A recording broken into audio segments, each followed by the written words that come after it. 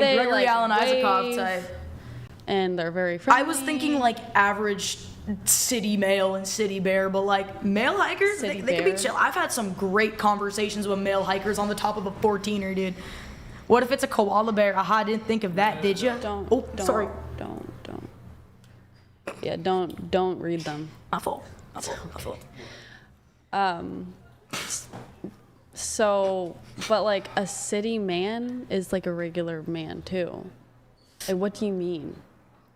All I'm saying is that when I randomly walk down the streets of Fort Lauderdale and I see a man, I'm in a lot more of a threat than I'm walking down a random trail and I see a man. So I didn't put that into perspective of we're on a hike. So you know what? Sure, I'll choose the man. I could probably juke out the man, but when it comes to like threat, a man can do a lot worse things to me than a bear can. But like, why do you think the man would potentially be a threat? It's just the way that I was conditioned. I don't hate men at all, but I naturally fear men. Why? Because of what has been done to me by men in the past. It's not all men, but in my case, it's always been a man. How many men do you think would be a threat? You want me to give you like a percentage? Sure, yeah. 20%, but that's enough for me to be afraid. That's pretty much it. Because it's happened before. And I'd rather just not take the risk. I'd rather just get ripped to shreds than to bear a to-do list. Oh, wait, sorry. All right, I'm back here. Welcome back. Couldn't help but notice, conveniently, you claim you're not very feminine, but, well, I'll get to that in a bit. It was convenient when I stepped away. It was only at that moment when I wasn't here to defend myself, defend the podcast, that you wanted to do this sisterhood thing of basically trying to throw the show, my name, myself, under the bus. I find that very convenient, typical feminine strategy, reputation destruction, especially when somebody's not there to defend themselves. Now that I've returned to the table, though... That was not my intention. I apologize. You seemed like conveniently when... And Felicity's not, no offense to Felicity, but she's not particularly equipped to make a defense of the Whatever podcast. So again, conveniently, while I was gone, you chose, despite, what are we at? We've been streaming for nearly 4 hours now. You've had plenty of opportunity to raise your criticisms. The moment you chose to raise your criticism happened to be the moment I was briefly away from the table. Why don't I engage you on your criticism then? Go ahead. For sure. Okay. For one, it's everything down to all bright white lights. I understand we're given water and everything, but there's something about being in here for, maybe this is just because of my ADHD brain, but like seated here for 7 hours at a time in constant interrogation, in constant conversation, in constant debate. That's the reason I've taken a couple steps out, is just because the way my attention span works, I really can't stay like this for a while. And I've talked to a couple girls and they kind of say the same thing.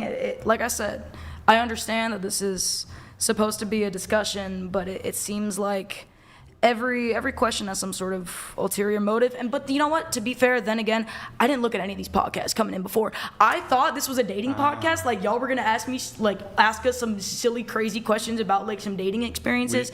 But we're really doing like a deep dive into feminism. And to be honest, I'm not equipped for this. I was not mentally prepared to dive into a whole debate on gender roles. And you know what? Although I'm rolling with the punches, to be honest, my brain's fried, dude. I've been traveling nonstop. This has fried 10 your hours brain? straight. Okay. 10 hours total sleep over the course of a week. So okay. Every time I pause on like an answer, it's like, oh, you're done. I'm like, no, dude, I'm just tired, man. Like, I don't know. There's something a little like, I don't know. There's a lot of like police interrogation tactics, like the bright overhead lights going right on you, like 7 hours straight. You're sitting here just having the same exact conversation. It's like, damn, man, let me have a smoke break or some shit. Oh, you're right. Maybe I do need a smoke break. Okay, so but those are my just general bright criticisms. Lights feels like you're in a police interrogation. I mean, the lighting is so bright in here. First off, this is like a Hollywood movie trope. The the swinging light at the dark room, total Yeah. trope. Maybe that was the case in the 80s, maybe. If you actually look at like modernity, you look at modern police interrogations, the room is lit. So I don't understand that. The bright lights, I don't know if you've ever been on a film set, I have but not. these are actually, while bright, They could be brighter, I'm aware of that, yeah. actually, there's way more like, I don't know if you've ever done anything on stage No, sir. where the lights are literally blinding and you can't even see the audience. Yeah. I don't really understand the criticism about the lights. You said you were anticipating talking about dating. Yeah, I thought I Almost honestly everything. thought it was gonna be like some really silly conversation. I was not equipped to dive right That's into great. all this, so you kind of caught me off guard with a lot of these questions, and I will be Okay. honest with you, like So I'll address that. So I mean, I should have done my research. That's on me. I thought this was gonna be like some real silly, just casual banter. I was not equipped. how could that possibly be the case when you even admitted yourself that you talked to 3 girls or a few girls who had been on the show before?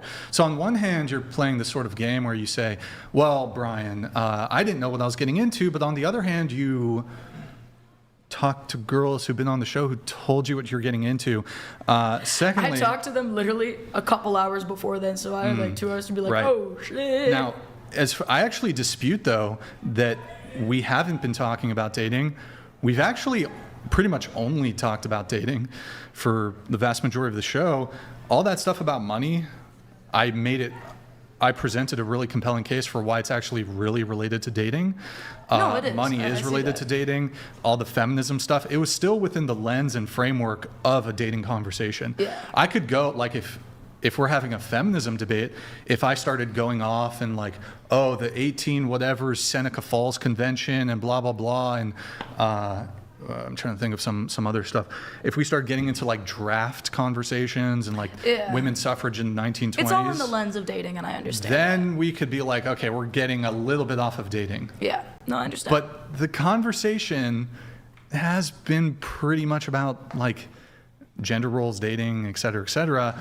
So there's a confusion there.